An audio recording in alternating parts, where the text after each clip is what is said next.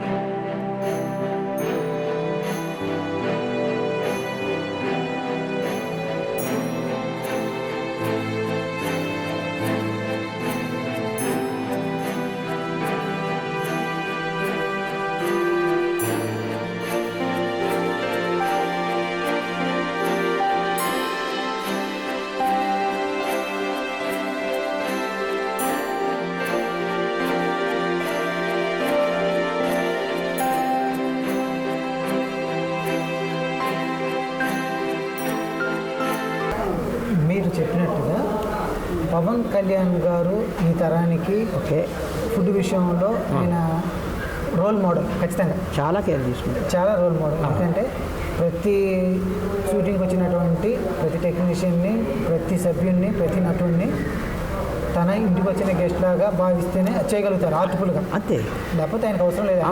ఆయన కూర్చుంటే ఆయన ఏం కావాలన్నా అన్ని రకాలటువంటి భోజనం ఆయనకి 5 స్టార్ హోటల్ కావాలంటే ఆయన కావాలి అనుకుంటే ఆయన ఏది తింటున్నారో అది మిగతా వాళ్ళకి చివరి వ్యక్తికి కూడా దక్కాలి అనుకుంటున్నారు. అది సంతోషకర విషయం. అలాగే అంటే మీరు ఆ ఫొటోస్ ఇవన్నీ చూసిన తర్వాత మిమ్మల్ని ఒక ప్రశ్న అడగాలనుకున్నది ఏంటంటే, చెప్పండి. శోభన్ బాబు గారు వారి షూటింగ్ చూడటానికి ఎక్కడెక్కడి నుంచో గతంలో వచ్చినటువంటి వ్యక్తులు ఎవరైనా భోజన సమయానికి వస్తే వాళ్ళు కూడా భోజనం చేయమని అనేవారట ఆయనతో పాటు. అవును. ఆ భోజనానికి అయ్యేటువంటి ఖర్చు నిర్మాత కాకుండా తన అకౌంట్లో దగ్గరుండి రాపించేవాళ్ళు. నిర్మాత వద్దు అన్నా సరే వాళ్ళు నా గెస్టులు నా ఇంటికి వచ్చారు, వాళ్ళకి భోజనం పెట్టాల్సిన బాధ్యత నాది. అది ఆ పుణ్యమా ఇంకోటి ఏదైనా నాకే చెందాలి, ఆ ఖర్చు కూడా నాదే అని చెప్పేవారు. అది మీరంటే ప్రొడక్షన్ శోభన్ బాబు గారు చేశారు కాబట్టి ఎప్పుడు గమనించారా? అది నేను గమనించాను కాదు, 100% కరెక్ట్ అని నేను చెప్పగలను. నేను మెడ్రాస్లో కూడా చాలా సినిమాలు ఆయనతో చేశాను.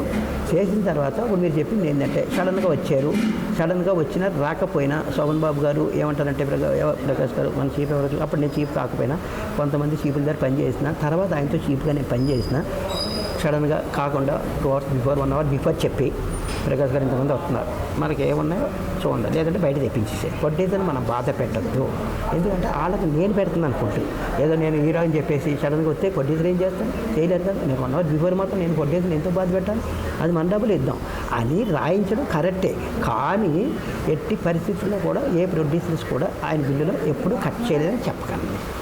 అక్కడ పొట్టే తిన్నా కూడా, కానీ అంత రీజనబుల్గా కరెక్ట్గా ఉండేవారు. అయ్యి మీరు అన్నట్టు ఏంటంటే ఆయన రెమ్యునరేషన్లో బిల్ కట్ చేయకపోయినా అది అసలు కట్ చేయకపోవడం అనేది అది నిర్మాతకి సంబంధించినటువంటి విషయం. శోభన్ బాబు గారు అది కట్ చేసుకోమని చెప్పడం అనేది కూడా ఆయన గొప్పతనాన్ని. అది ఎంత గొప్పతనం మరి, అది తప్పులేదు. సడన్గా వచ్చారు, లేదా 1 hour బిఫోర్ నేను చెప్పాను ఇక ఎట్లా అందరికీ ఎవరు పెట్టాలి, కొట్టేది ఎందుకు భరాయించాలి, నా రిమెంటేషన్ నాకు ఇస్తున్నారు, వాళ్ళు ఎంత పెట్టాలి, ఏదో మన స్టాప్ పెడుతున్నారు అంతవరకు చాలు అని చెప్పేసి 100% క్యాష్ అని పిలిచి రాపిచ్చి ఇది ఎంతమంది జనాలు అంతమంది నా అకౌంట్లో కట్ చేస్తేనే, లేకపోతే చాలా బాగా అని అది కట్ అయిపోయింది.